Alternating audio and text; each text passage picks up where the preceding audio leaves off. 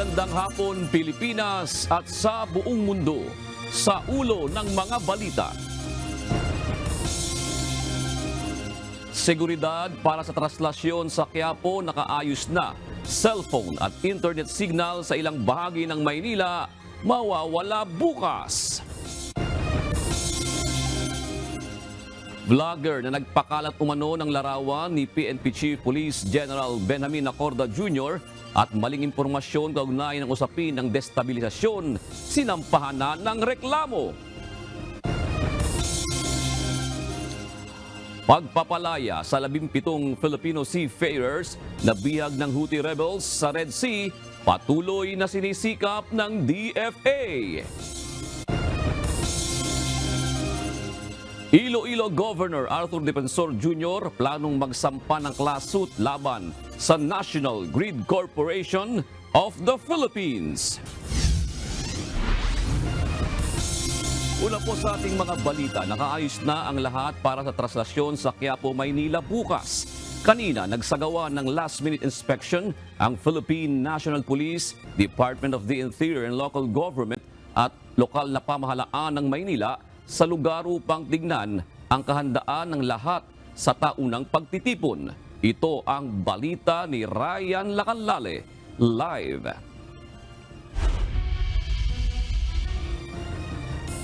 Ryan, kumusta naman ang naging pag-ikot nila dyan kanina? Kontento na ba ang PNP, DILG at lokal na pamahalang ng Maynila sa ipatutupad na seguridad at iba pang paghahanda ng organizers? June, naging maayos at kontento naman si Secretary Benhur Abalos kasama si PNP Chief Acorda at Mayor Rani Lacuna sa kanilang ginawang pag-iikot kanina dito sa Quiapo Church. At binisita nga nila yung entrance at exit nitong Quiapo para tignan kung nakahanda na yung ating yung security at yung mga organizer. At kanina maraming nakakalat na PNP doon at maging doon sa paglabas. Ayon kay Secretary Abalos, kung mayroon mga adjustment ay sa puntong ito ay kukunti na lang. Asahan na ang mas mahigpit na seguridad sa Quiapo at iba pang lugar sa Maynila, kasabay ng taunang translasyon bukas January 9. Tulad ng naunang abiso ng Philippine National Police, magpapatupad ng no-fly zone at signal jamming sa ilang lugar sa lungsod, kaya mawawalan ng cellphone at internet signal. Bahagi ito ng ipinatutupad na seguridad sa translasyon. Bunsod nito, pinayuhan ang mga sasama sa prosesyon na abisuhan na ang mga kaanak at huwag magpanik sakaling hindi sila agad makontak. Yes, may i-jump po tomorrow, so expect po, sabihan nyo na yung mga kamag-anak nyo, kung hindi kayo ma-reach, huwag muna magpanik dahil every year po ginagawa po iyon. Okay, this is all for everyone's safety and convenience. Kontento naman si DILG Secretary Benhur Abalos sa inihandang seguridad ng security forces. After COVID, ito na yung unang translasyon natin, no? So we will be expecting more people than last year, no, than even before. Kung kaya't ito pinag-aandaan natin yung mga taong pupunta po rito. In terms of security, I've seen how it was preparing, like detalyado po ito. They've learned from the past at saka ngayon lalo pa nilang inipingan. Of course, medical, security, mga quick finger Spanish. Basta sa patay sunog, gadget 10, walk, paano din po ito. Dadaan sa X-ray scanner ang lahat ng gamit ng mga papasok sa simbahan ng Quiapo. Ang PNP, wala naman daw security threat na natatanggap, pero lagi nilang pinaghahandaan ang worst case scenario. But nevertheless, our security preparations is anchored for the worst. Yun ang palaging in-expect natin and in line with that, ang handa ating kapulisan. Sa ngayon, iniimbestigahan pa rin ang isang lalaki na nag-bomb joke noong nakaraang araw sa Quiapo at sasampahan ito ng kaukulang kaso. Sa kabuuan, nasa 15,555 ang mga kawani ng PNP, AFP, PCG, bumbero at mga ihos na nakakalat para sa seguridad bukas. Mahigit 2,000 tauhan rin ng Bureau of Fire Protection ang nakadeploy na kayang magbigay ng first aid. May mga area tayo na naglagay tayo ng ambulansya. In case of medical emergencies, may mga standby po tayo first aid service teams along the road So, makikita niyo yung kaagad yan, naka-kulay orange po yung mga kumbiruan po natin. Ang lokal na pamahalaan ng Maynila may nakahanda ng 50,000 face mask para ipamigay bukas. Malilita rin sila sa mga lumalabag sa alituntunin na itinakda sa translasyon. Yun naman po ang araw-araw namin pakiusap sa kanila na kung gusto po talaga nila maging maayos itong pagbabalik ng translasyon ay sana po ay makipag-cooperate po sila sa amin. Para sa kanila rin naman po ito eh. Pinapayuhan din ang mga may sakit, matatanda at may kasamang bata na huwag nang sumama o makibahagi sa mga aktibidad para na rin sa kanilang kaligtasan. For health reasons din po, dahil may mga gumataas din po ang ating mga mask of speed. Tayo po ay mamimigay ng mga face mask. Pastor pa lang po sa ating control point. Meron na po sa lahat po na magsisimba dito. Expect na mag-aabot po kami ng face mask sa inyo. Pero kami po, personal na nakikiusap na pagpunta nyo ho rito, dapat po maayos po ang inyong kalagayan. Huwag na pong tungungo dito yung may mga karamdaman, lalo na po yung mga the very old and the very young. Mahigpit din paalala ng DILG. Bawal ang pagdadala ng jacket na may hood, nakasombrero, payong at backpack bag. At kung magdadala ng tubig o anumang inumin, dapat ito ay nakalagay lamang sa transparent containers.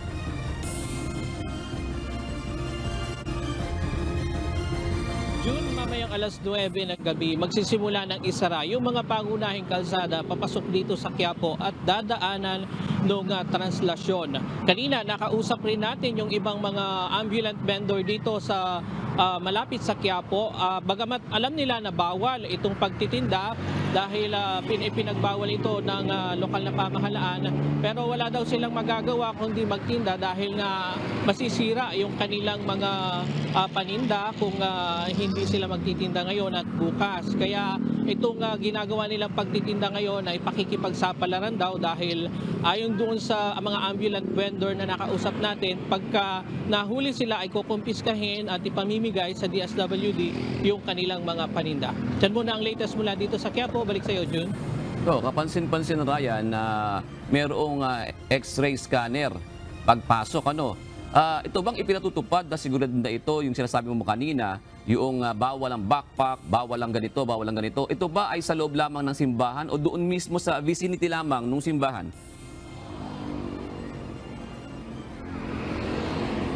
Dito sa pagpasok sa simbahan, lahat ng papasok sa simbahan, June, ay dadaan doon sa security. No? Titignan yung kanilang mga dala, dadaan sa scanner. Hindi ka makakapasok na meron kang dala, gaya nga nung mga binanggit natin na ipinagbabawal kanina. So lahat ng mga mahigpit kasi yung papasok sa isang entrance lang itong papasok dito sa Quiapo Church, yung mismong harapan niya nandoon yung mga maraming mga police personnel at iba pang mga security personnel para doon nag-i-inspect sa lahat ng mga papasok, June. Ibig sabihin niya, Ryan, aasahan na yung mga pipila na mas haba ito at mas tatagal dahil nga merong security check. Tama, June, pero bukas hindi natin alam doon pa sa pagpasok mismo nitong translasyon doon dahil bukas siksikan na yan. At ngayon pa lang nagsisidatingan na yung mga tao. Bukas hindi natin alam kung ganun pa rin ang ipatutupad doon dahil nga nakasarado ngayon yon, tao lang ang nakakadaan ngayon doon. Alright, maraming salamat, Ryan Lacanlale. Nakahanda na ang Field Hospital ng Manila LGU at ng Red Cross para sa emergency and medical response na gagawin bukas sa araw ng translasyon. Nasa 60 hospital beds ang naihanda sa kartilya ng Katipunan at advanced din na mga medical equipment ang gagamitin para sa mga critical condition na mga pasyente. Ito ang balita ni JP Nunez. So ito na po yung mga pinaka-advanced na kagamitan na makikita natin sa isang mga pribadong mga ospital, nandito nakagayak na po. Nagsagawa na ng simulation noong weekend ang Manila City Government sa gagawing medical response para sa traslasyon bukas. Nakaset up na ngayong araw ang advanced medical post ng lokal na pamahalaan sa kartilya ng Katipunan sa tabi ng City Hall. Dito dadalhin ang mga posibleng maaaksidente para bigyan ng paunang lunas. Sa setup ng field hospital, mayroong 30 hospital beds sa loob ng tent. 5 kama dito ay nakalaan para sa red category o yung mga pasyente na kailangan na ng immediate recovery katulad ng setup sa mga intensive care unit sa ospital. 10 kama naman para sa mga yellow category na pasyente o yung mga malalang kaso pero pwede pa namang madelay ng bahagya ang paunang lunas na dapat maibigay sa pasyente. At 15 naman ay para sa mga green category o yung mga pasyente na minor lamang ang natamong injury o sugat. Nagkakaroon po minsan kasi ng heart attack dyan dahil sa sobrang init, sa sobrang pagod. Ito pong ating field hospital ay nakahanda po sa mga heart attack patient po natin. Mayroong mga advanced medical equipment na nakalagay sa field hospital, kabilang na ang automated CPR na gagamitin para sa pasyente na nag-aagaw buhay. Bukod sa Manila LGU, mayroon ding field hospital ang Philippine Red Cross sa kartilya ng Katipunan kung saan 30 hospital beds din ang nakaset up. Nakahanda rin silang magbigay ng first aid sa mga pasyente. Ayon sa Manila Disaster Risk Reduction and Management Office, inaasahan nila na aabot sa higit 2 milyon ang mga taong dadagsa sa Maynila para sa prosesyon. Dahil nga po sa kadahilan ng 3 taon na natigil ang traslasyon, medyo nag-expect po kami ng makapal na buhos ng tao bukas mismo sa araw ng kapistahan. Kung estimated crowd po na 2 milyon, maaaring madagdagan pa po yung 2 milyon na ine-estimate po natin. Naka-red alert status ang buong puwersa ng Manila DRRMO kung saan nasa 1,000 personnel ang kanilang ide-deploy sa traslasyon. Kasama na dito ang mga nurses at emergency medical responders na tatao sa field hospital. Ayon sa Manila LGU, mayroon silang nasa 46 na mga ambulansya, 34 na fire assets, 10 rescue boats at 6 na utility vehicles para sa traslasyon bukas. JP Nunez, UNTV, News and Rescue. Diyos ang aming sandigan, serbisyo publiko ang aming pinahahalagahan. Kinondena ng ilang mambabatas ang umano'y panunuhol sa mga distrito at lokal na pamahalaan upang pumirma sa isang People's Initiative para sa pagsulong ng charter change o CHATCHA. Ayon kay Senator Amy Marcos, hindi ibinibenta ang konstitusyon. Dagdag ng presidential sister, aabot umano sa 20 milyong piso ang ipinangakong pondo sa mga distrito sa Region 1, 7 at Leyte sa mga makakakalap ng sapat na pirma. Si Senator Jinggoy Estrada naman, tinawag na unethical at illegal ang napabalitang pag-solicit ng pirma kapalit ng 100 piso. Anya, constitutional right ang People's Initiative at hindi dapat isinasagawa ng sapilitan. Tiniyak na Department of Foreign Affairs o DFA na patuloy ang pagtatrabaho nila para mapalaya ang mga Pilipinong kasama sa binihag ng Houthi rebels sa Red Sea. Bukod dito, siniguro rin ng ahensya ang pagpapaabot ng kinakailangan na tulong sa mga bihag na Pilipino. Ito ang balita ni Harleen Delgado. This is actually being closely monitored, and that we are actually seeing how we can actually extend whatever assistance that's necessary for the 17 as we continue to work for their early release. Maayos ang pagtrato sa 17 Pilipinong seafarers. Iyan ang tiniyak ng Department of Foreign Affairs o DFA mahigit 6 na linggo matapos ang pag-hijack ng Houthi rebels sa cargo ship na MV Galaxy Leader sa Red Sea. Ayon kay DFA spokesperson Maria Teresita Daza, nasa mabuting kondisyon ang 17 Pilipinong tripulante. Sinisikap din anya na agad nang mapalaya ang mga Pilipinong bihag.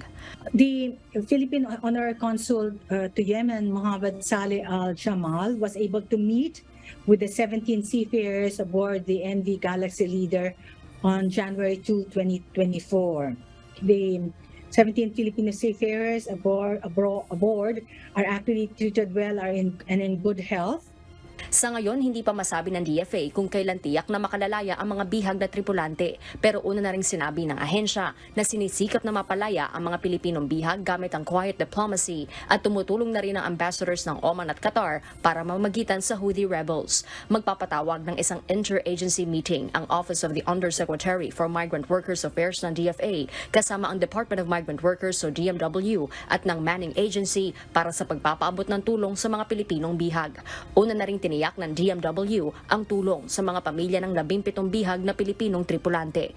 Hardin Delgado, UNTV News and Rescue. Diyos ang aming sandigan, serbisyo publiko ang aming pinahahalagahan.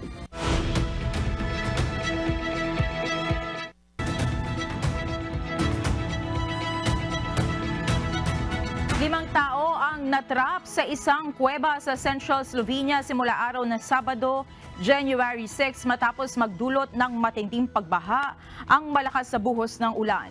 Bumisita ang isang pamilya na may 3 adults kasama ang 2 guides sa Krizna Jama o Cross Cave noong Sabado, subalit natrap ang mga ito nang tumaas ang tubig. Kilala ang kuweba sa pagkakaroon ng Emerald Green Underground Lakes. Agad namang naglunsad na rescue operation matapos na hindi makalabas ng kuweba ang grupo batay sa schedule. Hinahatiran ng mga ito ng supply ng pagkain, tent, damit at gamot. Gayunman, batay sa rescuers, kailangang hintaying bumaba ang water level sa kuweba bago ligtas na mailabas ng grupo. Nakatakdang bumisita araw ng Lunes, January 8, si U.S. Secretary of State Anthony Blinken sa UAE, Saudi Arabia at Israel. Ito ay upang maiwasan ang mas malawak na giyera sa Middle East. Ito ang balita ni Rejan Bolivar. This is a moment of profound tension in the region. This is a conflict that could easily metastasize, causing even more insecurity and even more suffering. Makikipagpulong si U.S. Secretary of State Anthony Blinken sa mga opisyal ng United Arab Emirates at Saudi Arabia araw ng Lunes, January 8. Pagkatapos nito magtutungo ang U.S. top diplomat sa Israel. Babala ng Secretary Blinken, posibleng kumalat ang gas war sa Middle East kung walang gagawing peace efforts. Sa gitna ito ng pangako ng Israel na ipagpapatuloy ang gera hanggat hindi napupulbos ang Hamas militant group. Nanggaling na sa Jordan at Qatar si Blinken bilang pasimula ng 5 araw na diplomatic effort sa Middle East. Ngayong linggo rin nakatakda itong bumisita sa West Bank at Egypt. Giit ni Blinken, sasabihin ito sa Israeli officials na kailangan may gawin itong hakbang upang maiwasang madagdagan ng civilian casualties sa Gaza. Dapat din anyang payagang makabalik ang Palestinian civilians sa kanilang bahay at wag piliting umalis ng Gaza. All of my meetings over the last 2 days, we've discussed ongoing efforts to better protect civilians in Gaza and to get more humanitarian assistance to them and to get the remaining hostages out and home with their loved ones. Batay sa Israeli officials, may higit pa sa 100 ang pinaniniwala ang hostages ng Hamas. Samantalang nasa 22,800 Palestinians sa Gaza ang nasawi simula ng ilunsad ng Israel ang gera nito. Rejan Bolivar, UNTV News and Rescue. Diyos ang aming sandigan, serbisyo publiko ang aming pinahahalagahan. Naharap sa panibagong pagsiyasat ng American jet maker na Boeing. Kasunod ito ng pagkasira ng fuselage ng isang Alaska Airlines Boeing 737 MAX 9 plane araw ng Biyernes, January 5. Ito ang balita ni Sunny Cos. We'll look at the pressurization system. We'll look at the door, the components around the door. Like the stop fittings around the door. We're going to want to look at the hinges. Do we suspect that there is an overall design problem with this plane based on previous accidents involving the Boeing MAX? At this time, no. Nagtungo sa Oregon, USA ang US Aviation Investigators araw ng Linggo, January 7 upang matukoy kung ano ang dahilan ng pagkasira ng isang door panel sa isang bagong Boeing passenger jet ilang minuto pagkatapos mag-take off. Bunsod nito, napilitan ang mga pilot na magsagawa ng emergency landing dahil sa isang butas na kasing laki ng isang refrigerator sa gilid ng eroplano. Wala namang nasaktan sa isinagawang emergency landing. Think about what happens when you're in cruise. Everybody's up and walking. Folks don't have seatbelts on. We could have ended up with something so much more tragic, and we're really fortunate that that did not occur here. Nahaharap sa panibagong pagsisiyasat ng regulators ang American jet maker na Boeing at pansamantalang hindi pinahihintulutang makalipad ang Boeing 737 MAX 9 aircraft bunsod ng insidente. Modified na ang week-old plane at may kakaunting emergency exits dahil sa mas kakaunting seats. Sa kasalukuyan, nawawala at hinahanap pa ang Alaska Airlines plane door. Batay naman sa initial findings, walang malawakang depekto sa Boeing MAX 9 aircraft. Samantala, libo-libong pasahero naman na karamihan ay nasa Amerika ang naharap sa flight cancellations. Inaasahang magpapatuloy ang flight disruptions hanggang sa susunod na linggo dahil sa direktiba ng Federal Aviation Administration. Sanicos, UNTV News and Rescue. Diyos ang aming sandigan. Serbisyo publiko ang aming pinahahalagahan.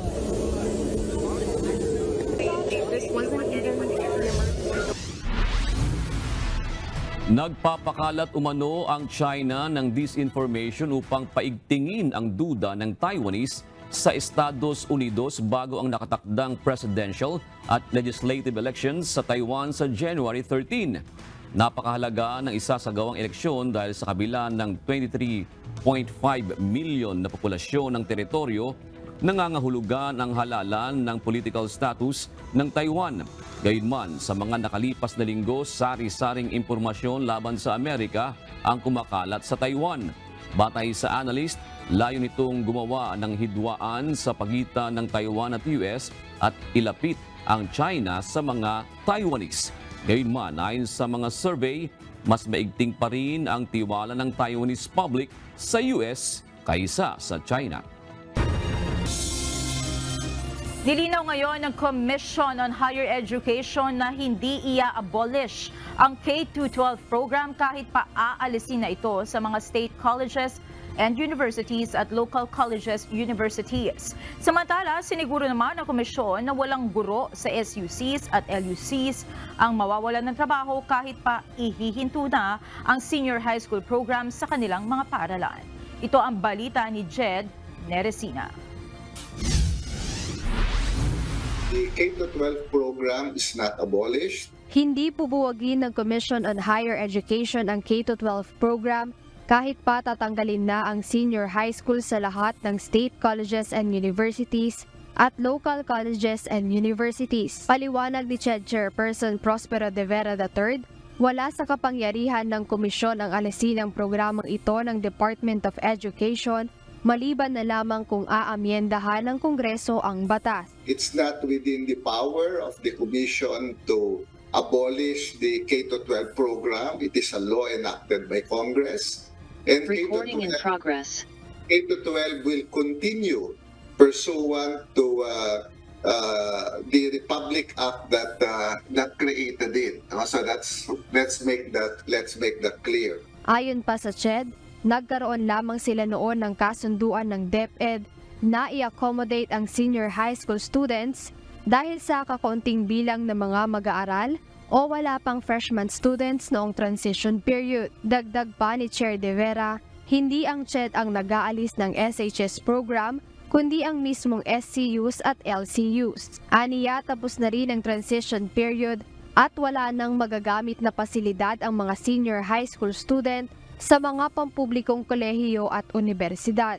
There are many state universities and colleges who have stopped offering their senior high school as early as 3 years ago. Samantala, siniguro naman ng CHED na walang guro sa SCUs at LCUs ang mawawalan ng trabaho kahit pa tatanggalin na ang senior high school program. Ayon sa komisyon, mananatili pa rin ang mga ito sa pagtuturo sa higher education courses. The faculty members in state universities and local universities and colleges who are teaching senior high are either regular teachers or part-time teachers of the public universities. And therefore, if they don't have any more senior high, most of them will teach the regular courses at the university level because they are not technically they are not high school teachers. They are higher education teachers teaching senior high school. Umapila naman ang CHED sa publiko na huwag i-generalize ang sitwasyon dahil magkakaiba ang sitwasyon sa bawat lugar. Sa ngayon ay wala pa silang natatanggap na report kung may mga estudyante ang hindi nakapasok sa senior high school dahil sa pag-aalis ng programa sa mga SCU at LCU. The Public Act 10533 Enhanced Basic Education Act states clearly that the K-12 program is under the Department of Education. Nangako naman si CHED Chairperson De Vera na handa silang makinig at tumulong sa anumang magiging problema ng mga senior high school student at siniguro na walang mga estudyante ang mapag-iiwanan sa darating na academic year. Jed Neresina, UNTV News and Rescue. Diyos ang aming sandigan, serbisyo publiko ang aming pinahahalagahan. Pangunahing alalahanin pa rin na nakararaming Pilipino ang issue sa inflation, paglikha ng trabaho at sweldo batay sa pinakahuling survey result ng Pulse Asia. Ayon naman sa Department of Labor and Employment, may ginagawa ng hakbang ang pamahalaan para matugunan ang mga problema sa paggawa. Ito ang balita ni Nel Maribuhok. Ito pong pagpasok ng first quarter, nakikita po natin na meron na pong na-identify ang ating DTI na meron na pong yung pledges at saka commitment magiging katotohanan na po, magiging realisasyon, lalo na po may kinalaman po sa ating power at saka renewable energy sector. Kampante ang Department of Labor and Employment na malaki ang may tutulong ng mga nakuang investment pledge ni Pangulong Ferdinand Marcos Jr. mula sa foreign trips upang tugunan ang problema sa trabaho ng mga Pilipino. Ayon kay Labor Secretary Bienvenido Laguesma, tiyak na lilikha ito ng trabaho para sa mga Pilipino ngayong taon. Higit kumulang po, mahigit na 200,000 trabaho ang nakikita po ng DTI at kami sa Department of Labor and Employment, dagdag ko lang, kami po ay mahigpit at very closely coordinating with DTI and even DOE. Nang sa ganon kami naman po ay makatulong sa paghahanda ng ating manpower na kakailanganin po ditong mga kumpanya na definitely maglalagak na ng puhunan kung hindi man po ay magdadagdag dun sa mga existing na puhunan na ngayon po ay pinakikinabangan ng ating bayan. Bukod rito, ayon sa DOLE, patuloy ang kanilang upskilling at reskilling program para sa mga manggagawa upang makatugon sa mga pangangailangan ng kumpanya. Kabilang lamang ito sa mga hakbang ng ahensya upang matugunan ang mga issue sa trabaho. Batay sa pinakahuling Pulse Asia survey result, kabilang ang paglikha ng trabaho at dagdag sahod ng mga manggagawa sa mga nangunguna sa listahan ng most urgent national concerns ng mga Pilipino bukod sa inflation o ang bilis ng pagtaas ng presyo ng produkto at serbisyo. Ukol naman sa naging trabaho ng Marcos administration sa ibang mga issue, kontento naman ang maraming Pilipino sa pagtugon ng pamahalaan sa pagbibigay proteksyon sa mga overseas Filipino worker na may 78%, pagresponde sa kalamidad na may 76%, 62% sa pagpapahinto sa mga nangaabuso sa kalikasan, pagsusulong ng kapayapaan sa bansa na may 61%, pagdepensa sa teritoryo ng Pilipinas na may 61% at paglaban sa kriminalidad na may 56%. Isinagawa ang survey sa 1,200 respondents sa gitna ng mga usapin sa patuloy na tensyon sa West Philippine Sea, partikular sa Julian Felipe Reef, joint drills ng Philippine at Australian forces, bombing incident sa Mindanao State University at 7.4 earthquake sa Surigao del Sur noong December 2. Nel Maribuhok, UNTV News and Rescue. Diyos ang aming sandigan, serbisyo publiko ang aming pinahalagahan. Pababa na ang bilang ng mga nagpo-positibo sa COVID-19 sa Metro Manila. Ngunit batay sa projection ng Octa Research Group, pataas naman ang positivity rate sa mga probinsya sa bansa. Ito ang balita ni Gladys Tuwabi. After the increase in cases and positivity rates sa Metro Manila, then kakalat siya sa ibang provinces Usually ganun yung wave eh. Parang starts from the center, which is Metro Manila, and then it propagates. So kumakalat siya to other provinces.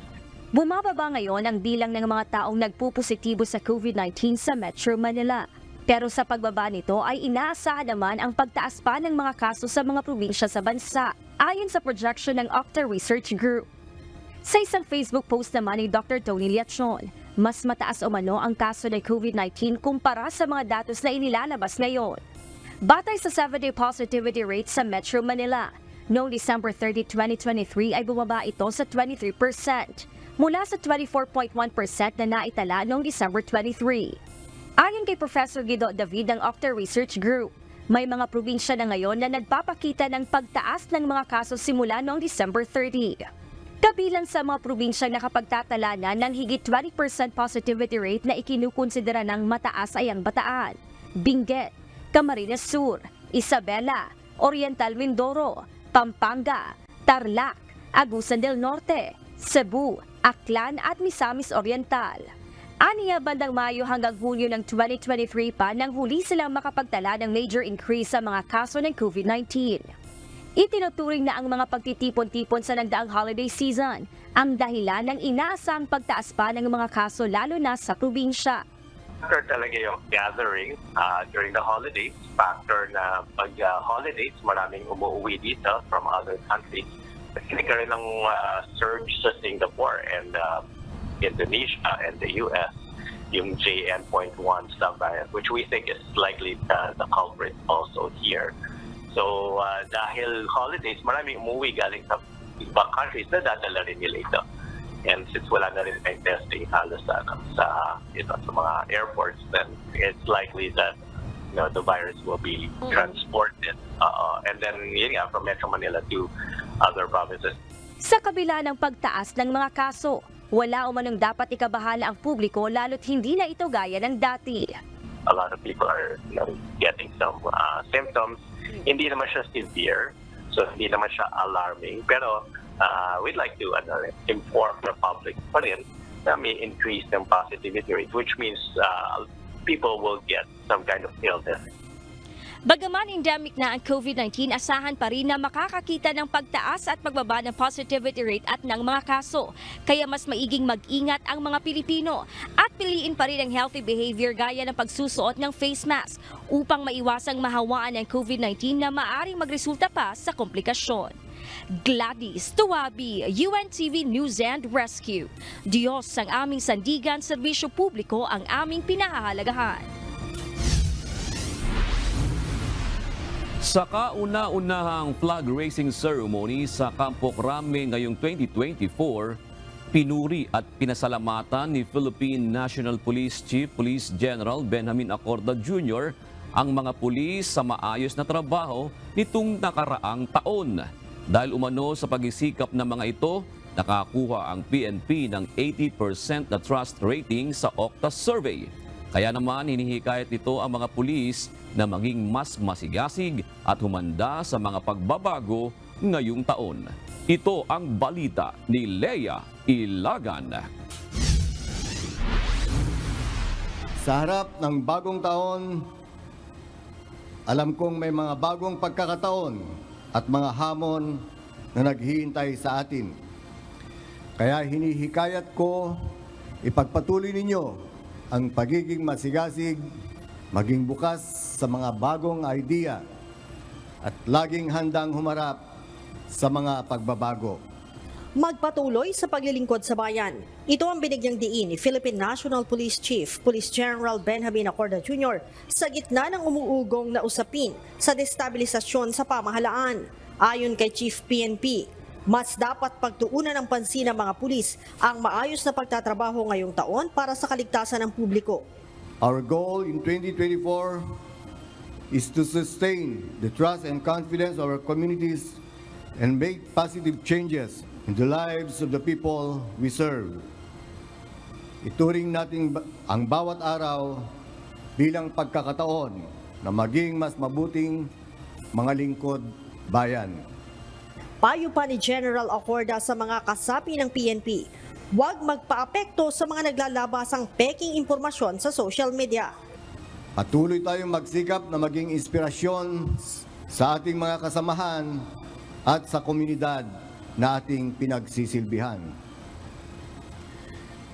And in the face of disinformation circulating in different platforms, let us united as law enforcers, upholding the rule of law, respecting the Constitution, and defending our government. Gayunman, hindi na iwasan ni Chief PNP na maglabas ng sama ng loob sa pagdadawit sa kanyang pangalan sa umano'y destabilisasyon laban sa pamahalaan. It hurts me that there are people na gusto lang maging sikat yung kanilang blog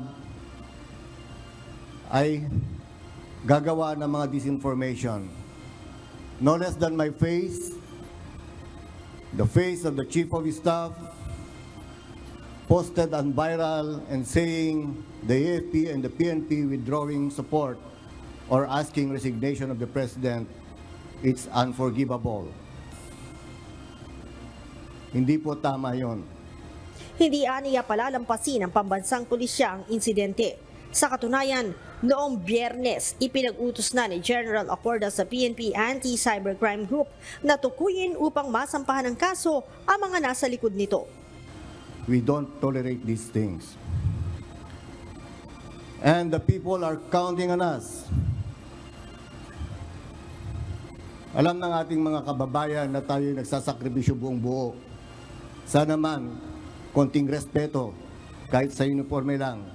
Huwag namang i-post using this information just to create a viral blog. Noong nakaraang linggo, kumalat sa social media ang litrato ni General Acorda at ni General Bronner kung saan may caption ito na kinausap umano ng dalawang opisyal, si Pangulong Ferdinand Marcos Jr. upang magbitiw na sa pwesto.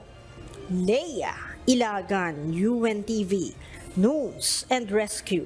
Diyos ang aming sandigan, serbisyo publiko ang aming pinahahalagahan. Nakakita ng probable cause ang Office of the Ombudsman upang sampahan ng graft charges si dating COMELEC Commissioner Rowena Guanzon. Bunsod ito ng paglalahad niya ng impormasyon kaugnay ng disqualification case ni Pangulong Ferdinand Marcos Jr. noong nakaraang 2022 presidential election. Ipinag-utos ng Ombudsman ang pagsasampa ng 2 counts ng paglabag sa Anti-Graft and Corrupt Practices Act laban kay Guanzon dahil sa pagkasabi umano sa isang interview na bumoto siya pabor sa petition na i-disqualify si PBBM. Ang naturang reklamo ay isinampa ni na Attorney Ferdinand Topacio at Diego Magpantay noong May 27, 2022 dahil sa prematurely disclosing confidential information. Sa isang panayam, sinabi naman ni Guanzon na wala siyang ninakaw sa gobyerno para kasuhan ng korupsyon. Iginit din ito na tungkulin niya na bisuhan ng publiko na mayroon umanong mga makapangyarihang tao na nangihimasok sa COMELEC at nagsasapanganib ng eleksyon. Handang magsampa ng kaso si Iloilo Governor Arthur Defensor Jr. laban sa National Grid Corporation of the Philippines o NGCP dahil sa nangyaring panay blackout na nagdulot ng perwisyo sa maraming Ilonggo. Ayon sa gobernador, dapat managot ang mga may kapabayaan sa nangyari.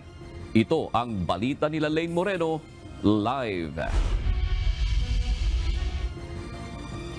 Lalain, maliban sa NGCP, may iba pa bang nakikita ang gobernador na dapat managot dito?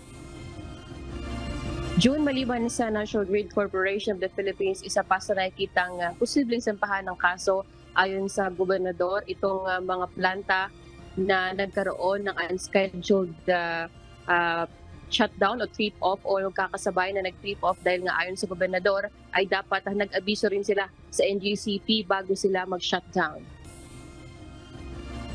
Pinag-aaral ngayon ni Iloilo Governor Arthur Defensor Jr. ang posibleng pagsasampa ng class suit sa National Grid Corporation of the Philippines o NGCP at sa iba pang may kinalaman sa malawakang power blackout sa Panay Island mula January 2 hanggang 5. Ayon sa gobernador, nagdulot ng malaking perwisyo sa mga Ilonggo at negosyo ang nangyaring blackout. Pakinggan natin ang naging pahayag ni Iloilo Governor Arthur Defensor Jr. We can file a class suit under the civil code, hindi lang under the laws, under power laws, but unahin na sa civil code, just to start, no.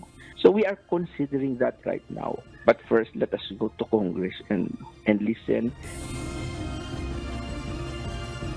Bago magsampa ng kaso, dadalo muna si Defensor sa Senate inquiry sa January 10 at House inquiry sa January 11 bilang resource person. Pag-aaralan din muna ng gobernador ang mga energy laws, ang Electric Power Industry Reform Act of 2001 o EPIRA Law at maging ang franchise ng National Grid Corporation of the Philippines. We will see how it develops. We have to vindicate, the damage that has been done to our people in the province, in the city, and the whole of Panay. We have to vindicate an exact accountability for the damage done. Paborin ang League of the Cities of Philippines sa congressional inquiry sa nangyaring blackout sa Panay, Guimaras at Negros Occidental. Ayon sa inilabas na statement ni LCP National President Cebu City Mayor Michael Rama, suportado ito na imbestigahan ng Energy Regulatory Commission at National Grid Corporation of the Philippines kung ano talaga ang puno at dulo ng malawakang blackout. Dapat tinanyang mahanapan ito ng solusyon dahil maliban sa perwisyo sa araw-araw na pamumuhay ng mga residente, apektado rin ang operasyon ng mga ospital, paaralan at establishmento kaya dapat masolusyonan ito. Para naman kay Iloilo 3rd District Representative Lawrence Defensor, dapat panagutin sa nangyari ang mga power plant at NGCP. Kabilang din sa pinaka-apektado ang sektor ng BPO industry sa probinsya. Ayon sa Iloilo Federation for Information Technology, binaha sila ng tanong mula sa top management ng mga BPO company hinggil sa kapasidad ng Iloilo para sa tuloy-tuloy na pagtatrabaho ng kanilang mga kasamahan. Konkretong solusyon naman ang hiling ng mga Ilonggo Bakers Association Incorporated na apektado rin ang industriya. Ayon naman sa NGCP, bukas sila sa investigasyon dahil mabibigyan din sila ng pagkakataon na mailahad ang kanilang panig tungkol sa insidente. Pagtitiyak pa ng NGCP, matapat nilang sinusunod ang mga batas na may kinalaman sa kanilang operasyon.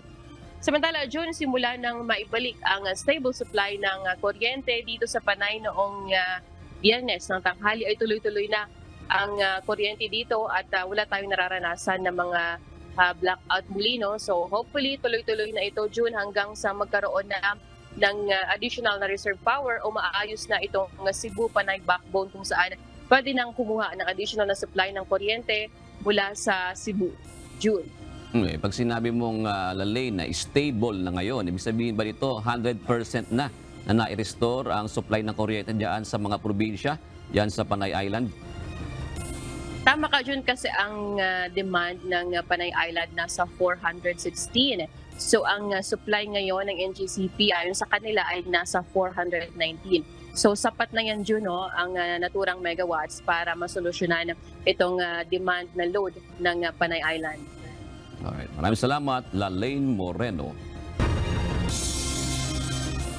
Nasamsam ang mahigit 1 kilong ilegal na droga sa Ninoy Aquino International Airport o NAIA kahapon.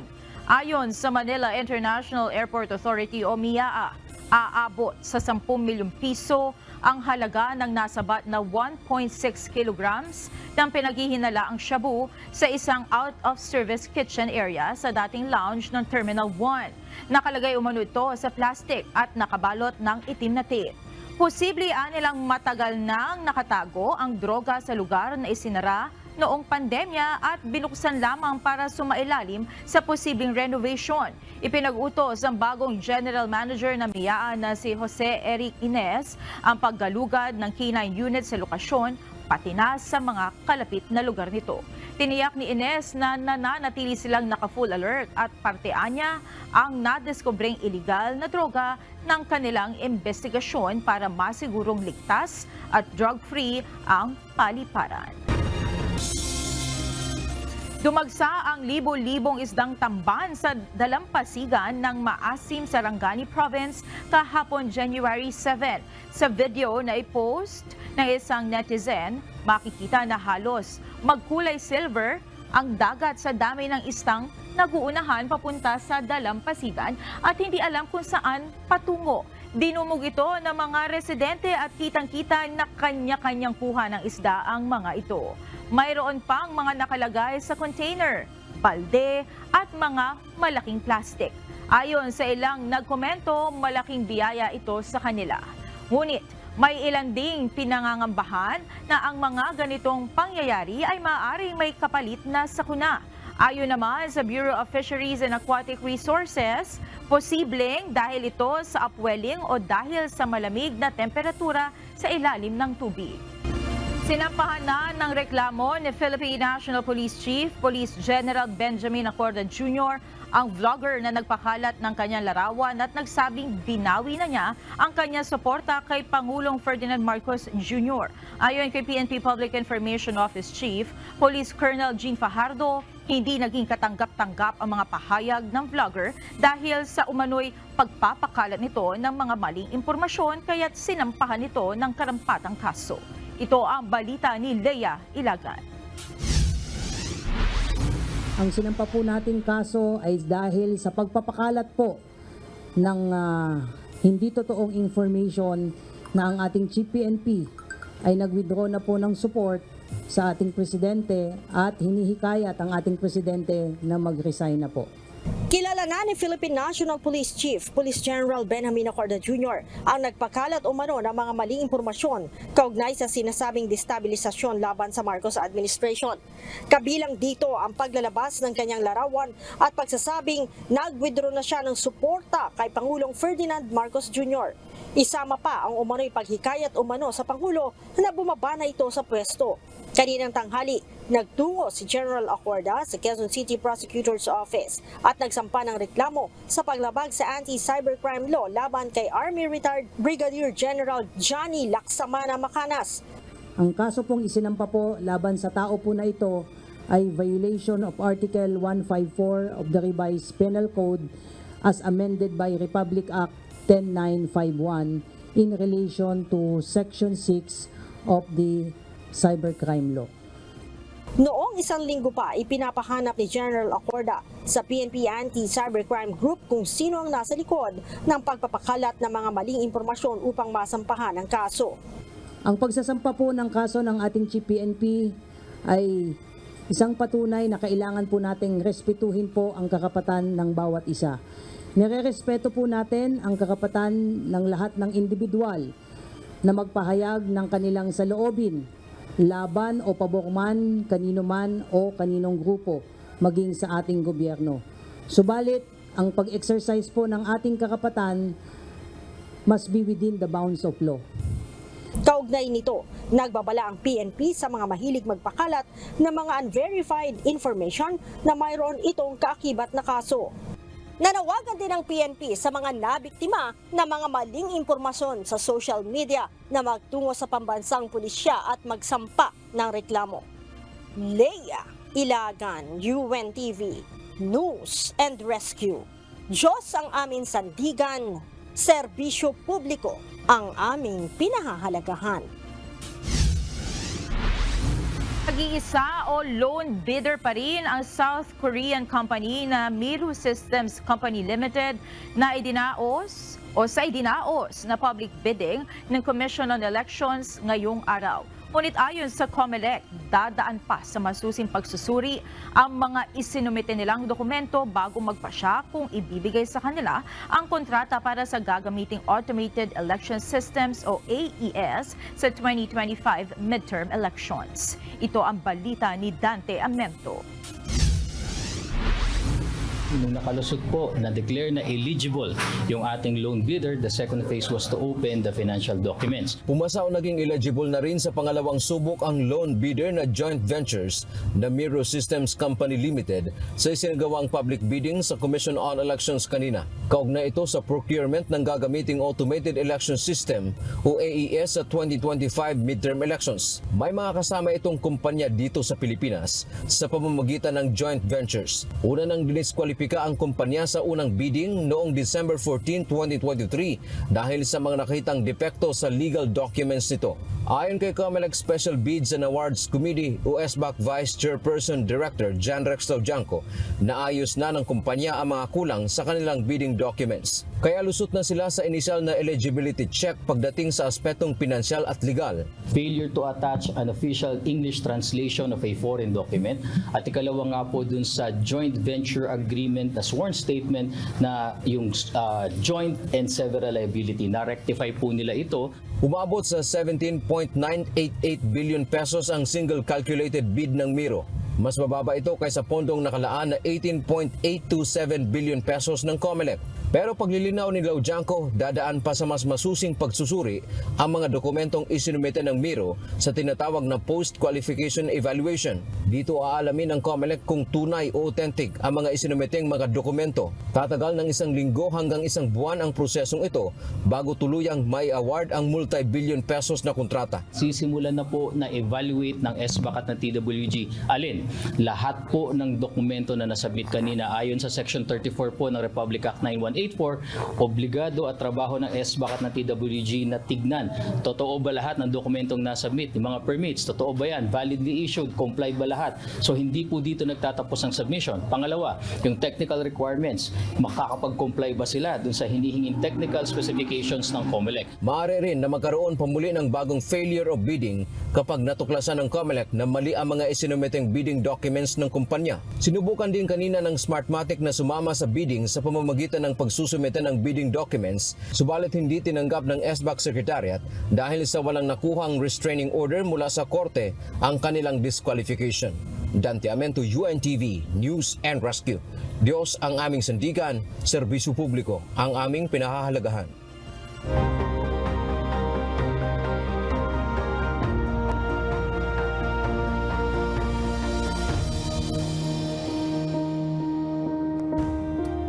Muling nagsagawa ng mass bloodletting ang Members Church of God International o MCGI, katuwang ang UNTV News and Rescue, Philippine Blood Center, Tala Hospital at Rizal Police Provincial Office sa Antipolo City. Ito ang balita ni Jolitz Matangat. Masaya ang 42 taong gulang na si Redentor Quiano dahil sa unang pagkakataon ay nakapasa na siya upang makapag-donate ng dugo. Ayon kay Redentor, noong unang subok niya ay hindi siya nabigyan ng pagkakataon makapagbigay ng dugo dahil mayroon siyang sakit kaya hindi ito pinahintulutan. Sa panibagong pagkakataon, lubos na aniyang pinaghandaan nito ang araw ng mass bloodletting dahil para sa kanya, ito ay isang mahalagang oportunidad. Napakaganda po, mabuting gawa po. Maganda po sa kalooban po na po, may kaba, pero masaya po pagka nakuha na po ng dugo. Nakakaano po sa kalooban po. Naturuan po kami ng mabubuting gawa, lalo na po yung pagdugtong po ng buhay sa mga taong nangangailangan po. Salamat po sa Diyos. Nagkaisa ang Members Church of God International o MCJ Rizal Chapter at Rizal Police Provincial Office o RPPO para sa mabuting gawa tulad ng mass bloodletting na isinagawa sa bagong Nayon 4 Elementary School sa Padilla, Antipolo City kahapon January 7. Ayon kay Police Staff Sergeant Rodel de Monteverde, masaya ang kanilang hanay na maging kabahagi ng naturang advokasya na pagtulong sa nangangailangan. Masaya po sa amin na makapaglingkod po kami sa community. Tapos okay naman po sa health naman, at least malalaman namin na physically fit kami para sa trabaho, which is necessary naman po ito sa trabaho namin bilang police. Maganda nga po ang program na to kahit na papaano ay nagkakaroon po ng chance yung PNP na maki-join po sa mga programs na ganito. Actually, this is part of the outreach program, di po ba? Umabot sa 344 na bags ng dugo ang naibahagi sa Philippine Blood Center at Tala Hospital. Bago ka maging isang blood donor, kailangan mo matugunan ang ilang mga kwalifikasyon tulad ng edad, timbang at kalusugan. Ang iyong dugo ay maaaring magamit upang makatulong sa mga taong may malubhang karamdaman, naoperan o naaksidente. Bukod sa pakiramdam ng kasiyahan sa pagtulong sa nangangailangan, ay mayroon din itong malaking benepisyo sa ating mga kalusugan. Jolitz Matangat, UNTV News and Rescue. Diyos ang aming sandigan, serbisyo publiko ang aming pinahahalagahan.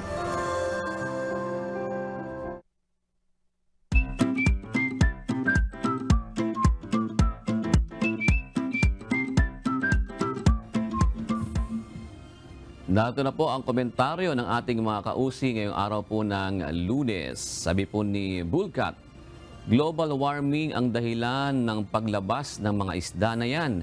Dahil yung ocean floor may mga bitak na nag-iiba na yung klima, kasunod na yan yung mga paglindol. Maghanda na tayo, inevitable yan, dasal lagi. Yun yung kanyang Yung ano. mga tamban. Oo, kasi nung nakaraan, di ba sa maasim din Sarangani nung nakaraan din, natamaan din ng lindol yun, kasama yung sa malakas na lindol sa Mindanao nung nakaraan.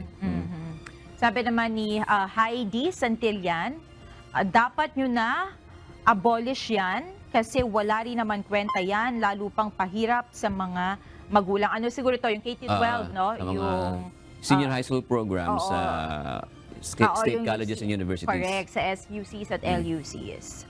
Sabi naman po ni Heidi Santillan, paano makapag-aaral ng K-12 yung hindi kaya magpaaral ng private kung alisin nyo sa mga state university? Tama nga naman. Oo, papaano nga naman. O sabi naman ni Melski, pag nawalan ng signal, patay ang e-loading business. Karamihan kasi ngayon, e-load wallet na. Wala na yung traditional SIM para sa loading.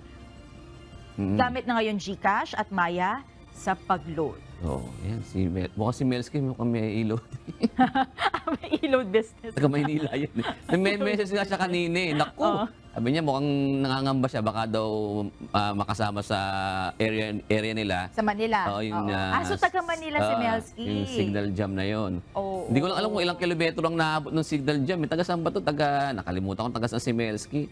Malaki naman ng Maynila. So, Sampaloc ba? Sampaloc. Ay, oo, baka abutin. Oo. Abutin. Oo. Okay, ilang oras lang naman yan. So, magpa-load na agad yung mga kapitbahay. Oo, sabihan mo na sila, i-message mo na, Melski. Oo. Magpa-load na maaga na hindi maabala. Ano oras ba ang simula ng jam? Nabanggit ba kanina? Usually yan, baka umaga pa lang meron. Oo, no, Kasi marami ng tao yan eh. Correct. Ito na tayo ngayon sa ating mga shoutout, sa ating mga kausis. Shoutout po kay Jocelyn Balaguer sa kanyang asawang si Sam. Yan. Sino pa? Si Noel Abelia at si Christopher Gabales. Maraming salamat din po kay Mang Tex Vlog, Zaski Vlogger at Manuel Moncada Jr. Narito naman po ang salita ng Diyos na ating sandigan mula sa aklat ng mga awit 34:18 na nagsasabi, ang Panginoon ay malapit sa kanila na may bagbag na puso at inililigtas ang mga may pagsisising diwa.